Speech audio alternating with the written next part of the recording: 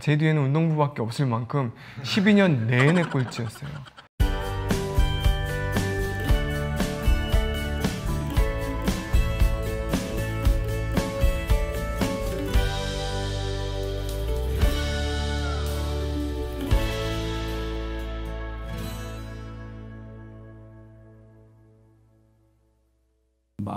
마음의 주소가 어디냐면 나 있는 곳인 거예요.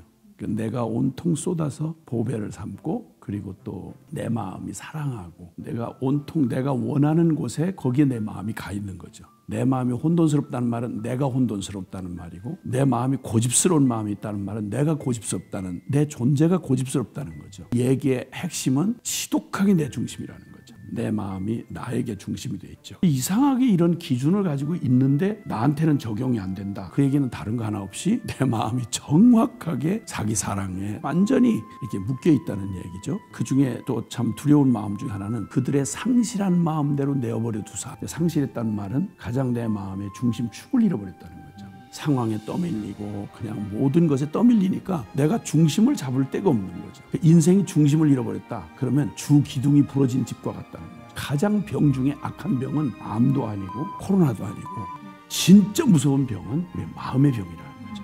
이게 내적 갈등을 일으키는 거죠. 내 양심으로는 이렇게 해야 옳다고 하는 기준이 있는데도 불구하고 난 그렇게 살 수 없다는 거죠. 완전히 상실한 마음이 되다 보니까 이건 아무리 연구를 하고 심리학적인 추론을 하고 임상을 하고 별일을 다 해도 인간만큼은 알 수가 없어요. 진짜 우리가 살아가면 살아갈수록 진짜 이 내적 갈등이 존재하고요. 우리의 왜곡되고 비틀어진 우리의 마음에서 나타나는 게 자기 변명과 합리화라는 이런 방역 기제를 가지고 빚어지는 내 마음의 복잡한 양상들, 그게 바로 우리 마음의 현주소라고 할 수 있겠죠. 이 책의 211쪽부터 이제 자아 인식과 병든 자아에 대한 이야기가 나와요. 근데 여기 보면 우리가 가지고 있는 자아 인식, 그러니까 내가 생각하는 나인 거죠. 이 자아 인식은 어떻게 만들어지는 것이냐, 이렇게 공식처럼 나오는데 부패한 생명에 잘못된 믿음이 더해져서 그것이 병든 자아가 된다고 이렇게 나와 있거든요. 그런데 우리 각자 안에 있는 이 자아 인식과 병든 자아에 대해서 이제 사람마다 다 다르잖아요. 그러니까 이제 자기 자신은 좀 어떤지 한번 이야기를 해봤으면 좋겠다는 생각이 들었어요. 저의 자아 인식과 지금 저의 모습이 참 많이 다른 사람 중에 하나인 것 같아요. 뭐 대단하게 뭐가 있어서가 아니라 저는 개인적으로 저의 자아 인식은 되게 강한 건 몇 가지가 있지만 사람들은 나를 싫어해 라는 게 저의 자아 인식이었어요. 지난번에 얘기했는지 모르겠지만 저는 진짜 거의 꼴찌를 했거든요. 그러니까 제 뒤에는 운동부밖에 없을 만큼 12년 내내 꼴찌였어요. 그러다 보니까 사실은 꼴찌해도 뭔가 잘하면 애들이 좋아해요. 그쵸? 근데 저는 꼴찌만이 아니라 존재감이 없는 거예요. 운동도 못해. 뭐 말빨이 아니면 재밌게 얘기를 아니면 뭐 이렇게 악기를, 그런 게 아무것도 없어서 존재감이 진짜 없는, 그래갖고 자존감 아니면 자신감 진짜 바닥이었어요. 그러다 보니 그냥 용감하지도 못해서 죄라도 신나게 지면 뭐 이렇게 그렇게도 했는데 그것도 아니야. 어쨌든 그런 중에 있다가 이제 보통 초등학교 때는 짝을 바꾸잖아요. 보통 남자애들이 쭉 먼저 앉아요. 그 다음에 자매들이, 여자애들이 이렇게 앉잖아요. 제 옆에 딱 앉은 애가 앉자마자 엎드려서 울기 시작하는 거예요. 나는 계속 이렇게 앉아가지고 왜 울지? 나머지 여자애들이 와가지고 막 이를 위로해 주는 거죠. 딱 그 기억이 되게 나는, 그럴만 하겠죠, 그렇죠? 사람들이 나를 마음이 짠. 맞습니다. 네, 사람들은 나를 싫어해라는 인식이 너무 강한 저의 이게. 근데 그걸 물론 이제 보고만 해서 이게 얼마나 이제 세상이 주는 잘못된 나에 대한 인식이었는지를 보게 되고 이겨내려고 하지만 공격이라는 게 사실 있잖아요. 제가 이제 아울리치를 이제 갔었을 때가 있었어요. 한 3년 전에 이제 어떤 팀 분들하고 같이. 근데 가서 이제 막 되게 좋은 시간을 보내고 은혜도 있고 막 그런데 마지막 날쯤에 말씀 기도를 이렇게 하면서 나누는데 제가 어떻게 하다가 이제 이런 공격이 또 온 거죠. 사람들이 모이면 항상 이렇게 약간 끼리끼리가 생길 수 있고 그러잖아요. 어떤 말들이 있고 그러면 그거 괜히 자기 혼자 시나리오를 쓰잖아요. 근데 그 시나리오 중에 하나가 또 이건 거예요. 사람들이 날 싫어하나 봐. 이게 또 공격이 오는 거지.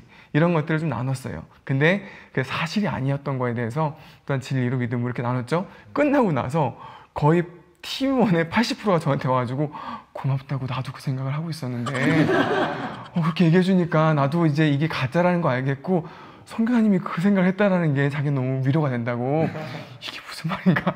근데 어쨌든 그걸 들으면서 사실 더 충격이었어요. 아, 모든 사람이 이런 생각을 하는구나. 그분은 제가 보기엔 너무 사람들이 이렇게 모이고 막 그런 좀 인싸라는 그런 거 있잖아요. 제가 이 얘기를 했더니 어떤 동료 선교사님이 선교사님이 이런 생각할 줄 몰랐다는 거예요. 저는 왜 난 이런 사람인데? 이게 영향이 있는 거죠. 그런 것처럼 와, 사람들이 자기가 갖고 있는 생각 안에 빠져 사는 이거는 남이 어떻게 말하든 상관없구나. 이게 엄청난 영향을 주고 있구나 라는 생각이 좀 들었어요. 저 같은 경우는 어떤 자아 인식이 있는가 하면 나는 잘 못해. 어떤 새로운 것이 저한테 주어졌다든지 혹은 새로운 창의력을 발휘해야 되는 일들이 주어졌을 때 나는 못해. 나는 이런 거 잘 못해. 이렇게 하면서 쉽게 이렇게 순종이 잘 안 되고 손살에 치는 경우들이 많아요. 혹은 뭐 예를 들면 그런 경우죠. 공동체로 생활하다 보니까 식사 당번을 돌아가면서 하게 되는데 새로운 메뉴를 갑자기 이렇게 큰 메뉴를 뭐 잡채 이런 거 갑자기 이렇게 나한테 해내라 이렇게 하면 나 이렇게 못하는데 이런 걸 왜 나한테 시켜 막 이렇게 하면서 불평불만이 막 저절로 올라올 때가 있거든요. 그런데 똑같은 경우라도 다른 지체들을 볼 때 못하는데도 그래요? 네, 한번 해볼게요. 이런 지체들을 볼 때가 있어요. 그러면 할 수 있어? 이렇게 물어보면 아니 못하는데? 그런데 어떻게 이렇게 자신감 있게 얘기를 잘해? 이렇게 얘기를 하면 그냥 하면 되지 이렇게 얘기를 하더라고요. 그런 것들을 볼 때 어떻게 저렇게 순종이 쉬울까? 어떻게 나랑 저렇게 다를까? 제가 한번 이렇게 곱씹고 생각을 해본 적이 있었는데 나는 왜 이렇게 새로운 시도 앞에 순종이 더딜까? 이런 생각들을 해봤는데 결국은 보면 이것을 해내고 나서 다른 지체들이 저에게 하는 평가가 너 왜 이렇게 했어? 왜 이런 식으로 했어? 왜 이렇게 맛없게 했어? 이런 평가를 듣고 싶지 않은 결과를 두려워하는데 결국은 사람의 인정과 평판이 두려운 거죠. 그걸 듣고 싶지 않기 때문에 이런 새로운 시도들 앞에서 쉽게 순종이 안 되고 원망과 불평으로 나가게 되는 저를 발견하게 되는데 그것을 이제 알게 된 이후로부터 그러면 나는 앞으로는 무조건적으로 잘 못해도 아멘하고 순종하는 믿음을 쓰자 이렇게 믿음을 쓰려고 하고 있어요. 그런데 그게 물론 지금도 잘 쉽지는 않지만 지금도 이런 부분이 믿음으로 싸워야 되는 영역이에요. 저는 약간 좀 반대인데 저는 어렸을 때 부모님이랑 선생님들한테 칭찬을 좀 많이 듣고 자랐어요. 그래서 예를 들면 넌 참 말을 잘 듣는구나. 너는 집중력이 참 좋구나. 그리고 너는 뭐 음악적인 박자감이나 음감이 좋구나. 이런 이야기를 들어서 대체적으로 긍정적인 자아 인식이 있는 것 같아요. 근데 그것이 주는 문제는 뭐냐면 지금 내가 하나님과 상관없이 살고 있는데도 스스로 괜찮다고 생각하는 거예요. 근데 따지고 보면 하나님과 상관없이 산다는 것은 세상에서 가장 비참하고 그리고 위험천만한 일인데 이 병든 자아가 나는 그래도 괜찮아. 난 나 혼자도 괜찮아. 라는 그러한 속임을 계속 주기 때문에 그것을 인지하지 못하는 것이죠. 그런데 그런 상태에 있을 때 너무 감사한 것은 뭐냐면 하나님이 없을 때에 일어나게 되는 제 마음속에 있는 여러 가지 위험 신호들이 있는데 그런 것을 통해서 하나님이 저를 막 일깨워 주시는 것 같아요. 그러니까 하나님과 교제가 없으면 내가 지금 하고 있는 일이 하기 싫어지고 괜히 마음속에서 짜증이 올라오고 옆에 있는 사람들 다 참 평소에 좋은 사람들인데 괜히 그냥 내 마음속에서 싫어지고 제 마음속에 감사하는 마음이나 기쁨이 사라져 버릴 때 내가 지금 굉장히 근본적으로 잘못되어 있구나라는 것을 나 정말 위험하다 이 신호를 하나님이 깨닫게 해주시는 것 같아요. 그러면 이제 그때 하나님 앞에 정말 회개하면서 하나님 도와주세요. 저 좀 살려주세요. 하나님 없는 내가 얼마나 악하고 추하고 소망 없는지 그것을 인정하면서 하나님께 나아갈 때 그 성령 하나님께서 제 마음속에 계속해서 하나님의 진리의 말씀으로 깨닫게 해주시고 제 마음을 계속 주장해 주시면서 제가 완전히 잃어버렸던 하나님과의 관계, 그리고 하나님과의 관계 속에서 오는 기쁨과 하나님 향한 감사를 다시 되찾게 해주시는 그런 은혜를 저에게 허락해 주세요. 네. 저는 좀 병리적인 완벽주의가 있었어요. 이게 이 완벽주의가 꼭 내가 완벽한 사람이라는 의미가 아니고 완벽을 추구하는데 되지가 않는 거예요. 근데 이게 병리적인 모양으로 드러나니까 이 내가 추구하고자 하는 이 완벽의 이 기준이 너무 높고 모호하여서 이 실체가 없는 거예요. 아무리 해도 나도 거기에 도달할 수 없고 아무도 이 기준에 도달할 수가 없고, 그러니까 뭐를 어떻게 해도 항상 만족스러울 수가 없는 이런 상황 가운데 있다 보니까 주변에 있는 사람들, 특히 남편을 너무 들들들들 볶았어요. 그래서 사실 이걸로 이전에 이제 치료까지 받은 적이 있었는데 아무리 막 치료가 계속되고 여러 가지 방법 상담 받고 막 이렇게 해도 이게 되지가 않는 거예요.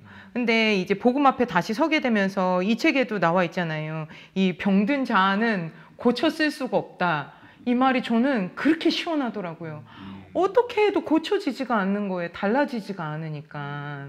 근데 선교사님, 저희 이제 이 책의 207쪽에 보니까 자아는 처음부터 성취할 대상이 아니라 부인해야 할 대상이다, 이렇게 나와 있더라고요. 근데 이게 좀 정확히 어떤 의미인지, 이제 존재를 부인하는 거에 어떤 건지 제가 잘 모르다 보니까 자꾸 행위를 부인하게 되는 거예요. 아, 이게 내 병든 자의 반응이야. 그러면 완전히 그 반대로 막 해보고 이런 일들이 좀 제 삶에 있었거든요. 그러니까 극단적인 행동 그 자체가 이 나를 부인하는 일들이 아닐 텐데, 이렇게 좀 이 자아, 병든 자의 우리의 실체는 어떤 건지 좀 확 파헤쳐 주신, 제가 경험했던 것처럼. 그리고 이 자아가 정말 어떻게 처리를 해야 하는 건지 좀 나눠주시면 좋을 것 같아요. 예.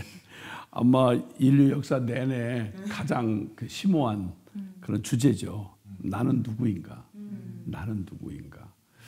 사실 나는 누구인가라는 것에 대한 대답이 할 수가 없는데, 막 잘 뭐 철학적인 용어나 또 아니면 막 깊은 뭐 이런 그 깨달음에서 오는 여러 표현이 있을 수는 있겠지만, 정확한 건 그냥 설명할 수 없지만 나를 나되게 지금 살아가게 하는 그 실체, 그게 이제 자아죠. 이게 자아가 드러나는 지점이 어디냐면 그 자존심이라고 그러죠. 자존감 내지는 자존심. 사람들이 잘 견디다가도요, 누가 나를 자존심을 딱 건든다, 그러면 이게 통제가 어려워져요. 왜냐하면 내 존재가 거부당하고 무시당하고 짓밟히고 내가 기대하는 바에 나를 누군가가 인정해 주지 않는다, 이럴 때 거기서 오는 모든 나의 그런 감정의 기복이라든지 또 막 행동을 유발시키는 모든 일이 사실은 거기에 기준하고 있어요. 정확하게 생각은 못하지만 사실 제일 행복할 때가 언제예요? 자존감이 최대로 올라갈 때잖아요. 내가 제일 좋아하는 사람 누구죠? 나를 제일 인정해 준 사람이에요. 나를 나대로. 내가 그렇게 인정받고 싶어하는 이 자아의 욕구대로 그 입맛을 딱 맞게 그냥 무조건 괜찮아. 난 너의 친구잖아. 난 널 사랑해. 이렇게 해서 그냥 있는 그대로 나를 코치해 주는 사람 별로 안 좋아요. 그리고 날 비판하는 사람은 더군다나 왼수고. 그리고 정말 좋은 사람은 다른 거 없어요. 내 말 그대로 들어주고, 내가 막 넋두리를 하든 뭘 하든 막 내가 욕하면 같이 맞아 죽일 놈이야 그거. 아주 인간도 아니야. 아우 너 어떻게 그걸 참았니? 뭐 이제 이렇게 해주면 너무 속이 시원하고, 야 오늘 정말 또 만나? 뭐 이제 이렇게 막 그냥 끝을 모르는 그런 열정이 일어나잖아요. 다른 게 없고, 사실 따지고 보면 내 말 인정해주고 내 편에 서주고, 그냥 나 하는 바로 그 자아 말이죠. 앞에서도 우리의 마음을 우리 나눴지만은 사실 우리의 마음의 내면을 깊이 있게 들어가다 보면 거기에 모든 것을 결정하는 행복과 불행을 기준 삼는, 또 좋다 나쁘다 또 싫다 뭐 또 어렵다 힘들다 쉽다 하는 모든 얘기의 기준이 철저하게 진리 자체거나 상황 자체에 있지 않아요. 전부 내가 받아들인 거 있어요. 그 잠깐 뭐 우리 그 나눠주신 얘기들 들으면서 너무 어처구니 없게 들리는 경우가 있잖아요. 이게 사회자가 뭐 본인은 뭐 본인의 자존감이 낮았다 이런 얘기를 하면 다른 사람은 어떡하란 말이야 이런 생각이 드는 거예요. 나 같은 사람은 그건 다 꼴찌를 했어도 대학을 다 좋은 대학 나왔지 뭐 그리고 다 또 그 뭐 세상에 둘도 없는 또 아내 만나 결혼했지 뭐 아니 저런 사람이 자기가 자존감이 없고 뭐 남이 나를 싫어할 거다 이런 생각하는 건 그건 사치다. 그건 진짜 그건 다른 사람을 고려하지 않는 얘기다 이런 생각이 솔직히 들잖아요. 네. 감사해. 그런 기준이 없어요. 기준이 없어요. 전혀 웃기는 거예요. 사람마다. 그러니까 뭐 멀쩡한 사람들이 자기 학대에 빠져들고 그리고 자기 열등감에 빠져들고 그러니까 결국 이 자존감은 극단의 이 저거를 나타낼 때 양편으로 나타나잖아요. 하나는 교만으로 또 하나는 지독한 열등감으로 이 두 가지가 다 전부 자기라고 하는 이 왜곡된 이 그 중심도 없는 상실한 마음, 내가 꼭 실체도 없는 내가 중심이 되는 거죠. 이렇게 하면서 이 복잡한 양상은 해답은 딱 하나예요. 지독한 에너지가 거기에 내재되어 있는데 실체도 없는 내 자아를 지독하게 나 하고 사랑하는 거예요. 나를 추구하는 거죠. 그러면 여기서 내가 중심이 된 이 말에는 하나님도 끼어들면 안 돼요. 그러니까 내 마음의 가장 중심 자리에는 내 멋대로 하고 싶은 거고 나를 있는 그대로 막 모든 걸 다 온 우주가 다 나를 위해서 존재해 줘야 돼요.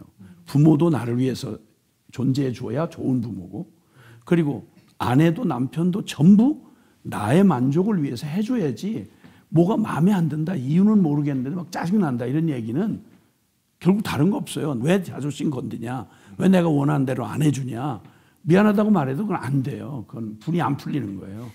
내가 분 풀릴 때까지가 그게 법정 시한이에요. 그러니까 모든 법도 하나님도 모든 게 다 나라고 하는 이 실체 앞에서 다 무릎을 꿇고 나를 경배해 줘야 돼요. 이게 이 자아숭배, 자아추구 이 무서운 음모를 가지고 어디서부터 잘못된지 모르는데 인간 모두가 다 우리 알지만 아담의 범죄 이후에 하나님을 떠나고 에덴을 잃어버렸던 인간에게 나타나는 보편적 그 상황이 바로 뭐냐면 그 중심은 딱 하나예요. 내 인생 내 거다. 나는 나다. 나는 나다라고 말할 수 있는 존재는 이 피조 삼남한상 피조물 중에 아무도 없어요. 왜냐하면 다 지음받았으니까. 유일하게 나는 나다.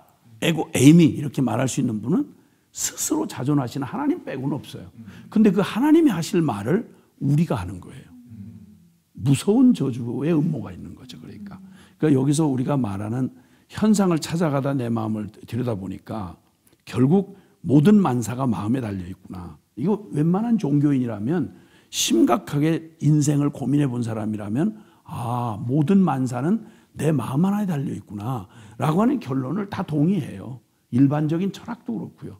그런데 문제는 그 바로 내 마음, 내가 다 달려 나 곧 마음이고 마음 곧 난데 이놈의 마음이 앞서 말한 대로 중심이 없는 거죠. 그 중심이 없이 막 갈팡질팡 행동을 하는데 그러면 그렇다고 무조건 그렇게 다 갈팡질팡 향방이 없느냐? 아니요. 딱 한 목표를 가지고 있어요. 그건 자아추구예요. 자기를 만족시키고 자기 마음대로 되는 거. 그래서 제일 힘들어하는 우리가 어떤 일이든 사람마다 차이가 있지만 모든 사람이 공통적으로 싫어하는 근본적인 지점이 있어요. 그게 뭐냐면 나 하고 싶지 않은 일 시킬 때. 내가 하고 싶지 않은 일을 강요받거나 내 인생이 불행하다고 생각되는 것도 내 마음대로 되는 게 하나도 없었어. 이렇게 말하는 게 제일 불행한 거예요. 일의 뭐 강도나 뭐 비용이나 뭐 고통이나 이런 것 따위는 문제가 안 돼요. 내가 좋아서 하는 일은 내가 가장 제일 행복해하고 만족해할 때 뭐냐면 내 마음대로 되는 거예요. 내 뜻대로 되는 거. 그럼 내 뜻이 항상 올바른 정의의 방향을 잡느냐? No. 정의도 다 필요할 때 얘기지. 정의하는 게 우리가 무서운 게 바로 뭐냐면 그게 자기 의가 되면요. 정의라고 하는 건 정의 자체에 포커스가 있는 게 아니라 그 정의를 통해서 내가 성취되는 나의 만족에 있는 거예요. 공명심이라고 그러지. 전부 다 이러니까 아주 까놓고 잘못된 일을 하는 사람이야 말할 것도 없는데 사회 대의적인 어떤 공의, 뭐 공평, 정의, 인권 뭐 이런 얘기를 하는데 여기에 미쳐 빠져들어가는 이유가 바로 뭐냐면 놀랍게도 그 얘기를 주창하고 있는 동안 내게 돌아오는 만족이 있어요. 그리고 추구하는 목표가 정의 자체 아니에요. 정의라면 내 편이 안 되고 다른 편이 내가 싫어하는 편이 잘 돼도 정의라면 너 기뻐할 수 있느냐? 너 그렇게 안 되는 거예요. 우리 편이 안 되면 그건 아닌 거예요. 이렇게 아주 무섭고 교활하게 큰 이 문제를 안고 있는 게 내가 그렇게도 나라고 특별한 의식을 하지 않아도 존재 자체가 나니까 나 하고 살아가는 이 자아가 정확히 표현해서 병든 자라고 표현한 건 정상이 아니라는 거예요. 근본에서 떠나간 마음이라는 거죠. 어디서부터 이게 상실한 마음인지 어디서부터 이게 흘러 떠내려온 것인지를 종잡을 수가 없어요. 그러니까 그게 안 잡히면 그 나머지 그 마음을 다스리고 뭐 고치고 또 이걸 뭐 개선하고 이렇게 해서 방향을 잡아보겠다. 목표 설정이 안 되는데 그게 불가능한 거죠. 내가 진단이 안 나오는데 불가능한 거예요. 그래서 잃어버린 이 영혼, 잃어버린 이 마음을 되찾아 주시는 분은 논리적으로 딱 하나예요. 우리를 원래 설계하시고 디자인했던 하나님께로 돌아가야 비로소 내 마음이 어디서부터 원래 어떠했는데 여기까지 왔는지, 보태 어떤 기능을 가지고 있었는데 이 지경이 됐는지를 알 수 있는 건 정확한 원형, 정확한 기준을 회복할 때만 가능한데요. 그게 바로 이 소망 없는 인류에게 유일하게 주어주신 진리, 성경, 하나님의 말씀을 통해서 우리의 영혼을 진단해내는데, 그건 뭐 다 나름대로 다 경전이 있고 마다 주장하는데, 아니요. 그 어떤 말을 하느냐가 중요한 게 아니라 그 말이 실제로 검증이 돼서 그 결과가 반드시 드러나면 그럼 그 말을 부인할 수가 없어요. 처음에는 그 어떻게 진짜인지 어떻게 아느냐? 알기는요. 나무는 열매를 보면 알죠. 네. 사는 꼴을 보면 알죠. 그것처럼 우리의 마음 중심을 차지하고 있는 게 이 자아. 그래서 마음은 곧 내가 있는 곳에 내 마음이 있다. 이렇게 표현한 것처럼 바로 그 마음이 곧 난데 그 마음이 그토록 상실한 마음이 되어서 그냥 좌충우돌 언제 어떻게 반응을 할지 사람마다 다르고요. 나 자체도 내가 모르는 거예요. 어떤 때는 잘 넘기던 일을 어떤 때 요만한 일 가지고도 막 목숨 걸고 막 힘들어하고 그러잖아요. 내가 나를 알 수가 없는 거예요. 맞아요. 그게 그 상황이에요. 그게 곧 나고요. 그래서 자기를 부인하고 자기 죽은 십자가를 지고 나를 따르지 않고는 진리 대신 예수님 앞에 나아갈 수가 없다. 이렇게 말하는 게 맞아요. 그래서 성경이 말하는 그 모든 진리를 통해서 우리의 마음의 내면의 가장 중심, 처음부터 왜곡된, 그러니까 부패한 생명, 에베소 2장 1절에서 3절을 보면 거기에 3절에 우리도 다 그 가운데, 모든 인류가 다 그 가운데서 행하여 육체의 욕심을 따라 지내며 육체와 마음에 원하는 것을 하여 본질상 진노의 자녀였더라. 이렇게 말하고 있잖아요. 우리의 현상을 다 온 인류의 가장 기본적인 우리 마음의 현상을 말하는 건데 이 사람들의 마음을 이루는 가장 중심이 자아예요. 이 자아가 정상적 자아가 아니고 병든 자아라는 거예요. 그래서 그 병들었다는 그 핵심 병명이 뭐냐면 육체의 욕심을 따라 지낸다. 즉 왜곡되게 주어진 부패한 생명이 가져다주는 오직 나 앞서 말씀드린 대로 오직 나 하는 속에는 누구도 못 끼어들어요. 하나님도 나를 컨트롤하면 안 돼요. 진리도 싫고요. 모든 것들을 그냥 이용은 할 수 있어요. 하나님도 필요하면 이용할 수 있어요. 나한테 잘해준 하나님, 내 문제 해결해준 하나님 이렇게 할 수 있어요. 성경도 좋아요. 그런데 그건 내게 싫은 건 커트. 그리고 내게 유익되는 건 받아들이고 오케이. 이렇게 뒤죽박죽 되니까 이건 멀리 갈 것도 없고 이렇게 지독한 자아 중심의 사람이 부부가 됐다고 생각해 보세요. 생지옥이에요. 그 진짜 생지옥이에요. 지옥의 예고편이죠. 우리 마음이 그렇게 불행하고 고통스러운 이유는 바로 지옥이 바로 이 일의 결과예요.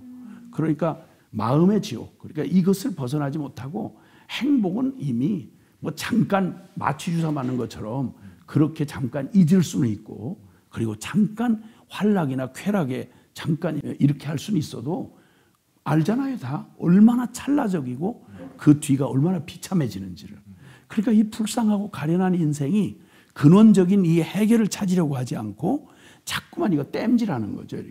이렇게 만들어내는 수많은 인간 중심의 그런 처방들, 그게 종교의 모습을 띠고 어떤 때는 심리 학문을 철학에 저걸 두고 다 얘기는 결국 내가 이해해 보겠다는 거예요. 만물을. 근데 거기서 하나님 쏙 빠져 있는 거죠.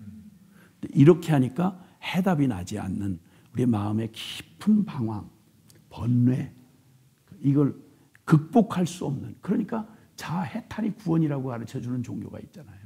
이건 해결이 아니구나, 벗어나는 수밖에 없구나, 이렇게 생각하는 거예요. 근데 그건 깨달음으로 되는 거 아니거든요.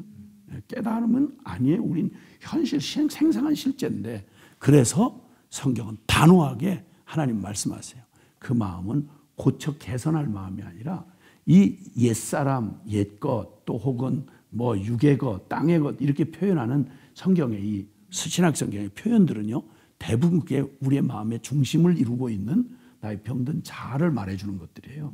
근데 그것을 표현할 때마다 대부분 비유로 표현하면 옛것을 벗어 버리라, 옷을 옛것 벗고 새 옷 입듯이, 그리고 죽이라, 죽었다, 이런 표현을 해요. 극단적인 표현. 왜냐하면 우리 존재 자체가 극단이니까요. 이건 절대 개선되거나, 그러니까 건전한 긍정적 자아상을 만들라, 진리 없이 그렇게 말하면 병든 자아에다가 힘을 불어넣어주면 무슨 꼴이 되겠어요. 그러니까 이건 해답이 아니라니까요. 그러니까 자기를 부인하고 이 마음을 새롭게 한다는 말은 아시잖아요. 작심삼일이라고. 해가 바뀔 때마다 우리는 우리의 마음을 새롭게 다짐하면서 한 해를 시작해요. 근데 뻔히 알잖아요. 그게 가능한 얘기인지 불가능한 얘기인지. 안 돼요. 결국 안 돼요. 그래서 복음이야말로 우리에게 가장 냉혹하게 들리지만 우리의 마음에 사형 선고를 내려주시는 거죠. 더군다나 그 마음속에 발견된 나라고 하는 실체, 이 병든 자아의 실체에 대해서는 가혹해요. 죽는 거 외에 다른 길이 없는 거예요. 내가 지은 것도 아니고, 내가 나 스스로 오고 싶어 온 것도 아니고, 죽고 싶어 죽는 것도 아니고, 솔직히 해 아래서 사는 날 동안 내 손끝에서 만들어진 거 아무것도 없어요. 다 누리고 사는 거예요. 그리고 그건 절대 내가 원하는 대로 바람이 불어주지 않아요. 낮과 밤이 내가 원하는 대로 바뀌어주지 않아요. 이렇게 무능한 것만 알아도, 그러면 당장 겸손하게 내 인생의 주인이 내가 아니라는 걸, 그걸 알아듣는데 어려울 게 하나도 없는데 어느 누가 그걸 받아들여요? 죄인이 절대 거듭남 없이 안 받아들여요. 이게 얼마나 깊은 중증의 자아 추구에 그 오염되어 있는 병든 자아인지를 말해주는 아주 가장 직접적이고 결론적인 얘기죠. 그래서 여기서 벗어나지 않는 한 내 인생의 가장 무서운 원수는 바로왕도 아니고요, 그 아무개 누구도 아니고, 그건 바로 나예요. 나. 이게 모든 사람들이, 인생을 진지하게 살아본 사람들이 다 깨달은 거예요. 중국의 유명한 시인 중에 한 사람이 그런 말 하잖아요. 산중 도적놈 10명은 내가 막을 수가 있는데 내 안에 있는 도적은 내가 당할 수가 없다. 그거예요. 천하의 다른 산은 깎으면 평지가 되고 바다는 메우면 간척지 육지가 되는데 나는 내 마음을 어떻게 할 수가 없다. 맞아요. 그거예요. 그러니까 겸손하게 내 마음이 곧 나인데 이 실체 앞에 그냥 털썩 주저앉아서 불러야 돼요. 구원자를. 이게 바로 우리 마음에 대한 복음의 선언이죠. 네. 제가 대학 들어갔을 때 할아버지가 저한테 이제 손자니까 처음으로 그런 의미 있는 말씀을 처음 해주신 것 같았어요.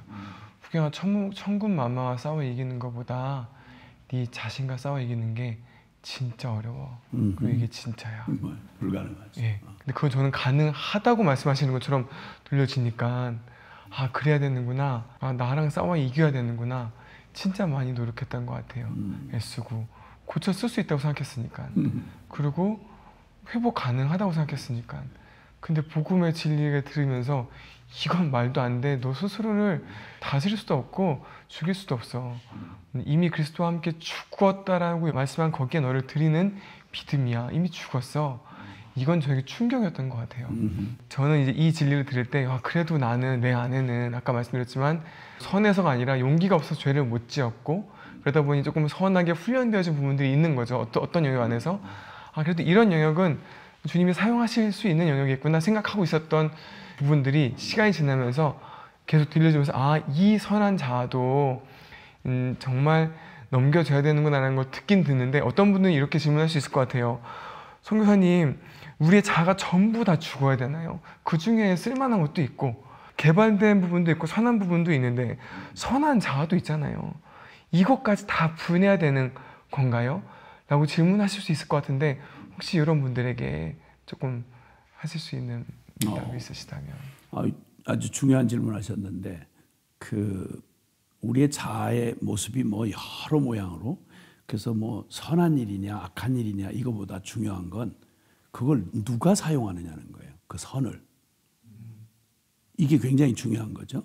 그 선한 행위 이것은 나쁘다고 할 수 없어요. 근데 그걸 누가 가졌냐는 거예요. 누가.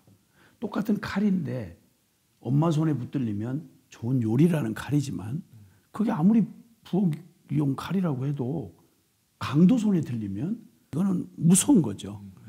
의라고 하는 건 의 자체는 문제가 없는데 자기 의가 문제인 거예요.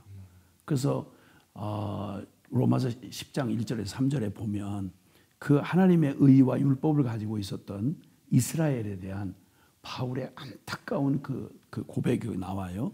내가 이스라엘 사람들의 구원을 위해서 너무너무 안타까운 마음을 가지고 있다.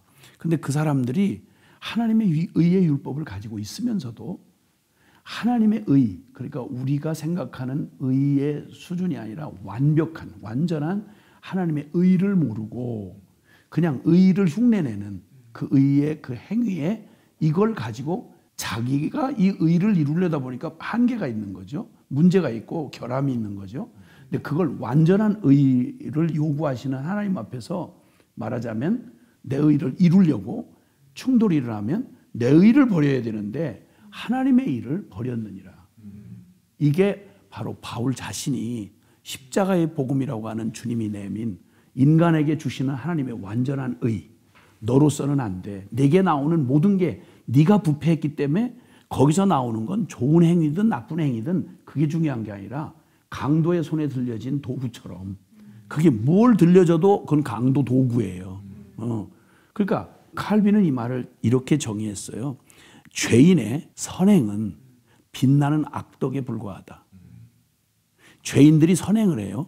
그 말을 우리나라의 단국대 교수를 하면서 12년 동안 고정간첩을 했던 사람이 있어요. 국적 세탁에서 들어와가지고 이 사람 와서 아주 인기 있었어요. 그리고 좋은 일 많이 했죠. 학문적으로도 학생들한테 학교에도 선을 많이 했어요. 의를 많이 했죠. 나중에 알고 봤더니 고정간첩이에요. 그럼 그가 그동안 했던 선한 일은 목적이 뭐죠? 간첩질. 네, 간첩하고 고정간첩을 위장하기 위해서 대한민국에 유익되는 일을 하는 것처럼 한 거예요. 그럼 결국 이 자아가 처리되지 않은 채 자기가 중심이 된 채 내가 착한 일을 했다. 내가 좀 선한 부분도 있다. 내가 옳은 일도 했다. 근데 그게 과연 정말 나는 어떻게 취급을 받아도 이 의가 그냥 의로서 나의 의가 아니라 의로서 이루어진다면 나 희생해도 괜찮겠나? 그렇게까지는 안 나가요, 사람들이. 모두가 다 자기에게 유익이 되도록 의도 쓸 수 있고요. 필요하면 악도 쓸 수 있어요. 그 의나 악이나 그 선이나 악이나 이거는 별로 의미가 없어요. 최종적인 건 바로 나에게 유익이 되냐 안 되냐는 거예요. 내 마음에 드냐 안 되냐. 그래서 질문하신 바로 그런 내 이 병든 자아에게도 일부분 얼마든지 내게 이익된다면 아니 100에 99도 착한 일 할 수 있죠. 근데 그게 절대 선이신 하나님 앞에 굴복하지 않는 내가 중심이 된 자기 의는 이거는 더 무서운 그러니까 더 무서운 죄악이라고 할 수 있겠죠. 악이 될 수 있죠. 왜냐하면 모든 선과 모든 의는 하나님에게서 나오기 때문에 하나님을 떠난 진정한 선과 의는 존재할 수가 없고요. 혹시 의를 내가 흉내를 낸다고 해도 나는 의를 이룰 만한 능력이 내 안에는 없어요. 그 본성 자체가 나를 하나님의 자리에다 나를 올려놓은 옛 자아의 그러한 자기의라고 하는 건 오히려 나를 스스로 하나님 앞에서 볼 수 없게 만드는 무서운, 쉽게 말하면 가림막이 될 수 있는 거죠. 그래서 제일 복음 앞에 서기 어려운 사람 중에 유형 중에 하나가 자기가 스스로 그래도 나는 괜찮은 사람이다. 나는 썩 그렇게 막 까놓고 그렇게 막 도덕적으로 죄를 짓거나 이러진 않았다. 난 주님 앞에 열심히 살았다. 이런 사람일수록 복음에 온전하게, 복음의 핵심은 십자가인데 거기에 온전하게 나아갈 수 없는 사람 중에 하나가 자기 의에 붙들려 있는 사람인 경우가 더 많다고 할 수 있죠. 그래서 결론은 자기 의도, 그것도 처리돼야 될, 옛 자아와 함께 처리돼야 될 것이죠. 저도 총체적인 이 복음 앞에 서면서 이 마음이라는 주제를 듣는데 정말 충격이었거든요. 이게 쉽게 이해가 되지 않는 부분도 있었지만 기본적으로 너무 충격이었고, 와, 내 마음이 이렇게 실체가 없는 허상이고 거짓이고 이게 사단에게 완전히 붙잡혀 있는 이 사단 짓을 하고 있는 총체적인 이 중심이라는 게 보여지면서, 그리고 나는 싸워 이겨낼 수 있을 줄 알았는데 불가능한 이 결론, 그리고 믿음을 써야 되는 이 결론까지 들으면서, 근데 거기에 또 하나 선한 자기의까지, 이걸 듣고 계시는 분들 중에 아마 많은 분들이 교회 열심히 다니시고 또 믿음 생활을 하시고 선한 영역도 훈련된, 또 주님을 위해 많은 것들을 들으신 분들 많을 텐데, 근데 이 내용이 되게 중요하거든요. 여러분 다시 한번 이 책이든 또한 이 영상이든 좀 들으시면서 정말 우리의 마음이 어떠한지, 근데 주님이 어떻게 우리를 구원하시기 원하시는지 함께 진짜 나의 마음의 메인자 아니라 주님의 마음에 합한 자로 서는 그러한 저희 모든 책챗 구독자분들 됐으면 좋겠습니다. 주님이 하셨고요. 또 다음 시간에 함께 또 다른 주제로 만나 뵙겠습니다. 주님이 하셨습니다.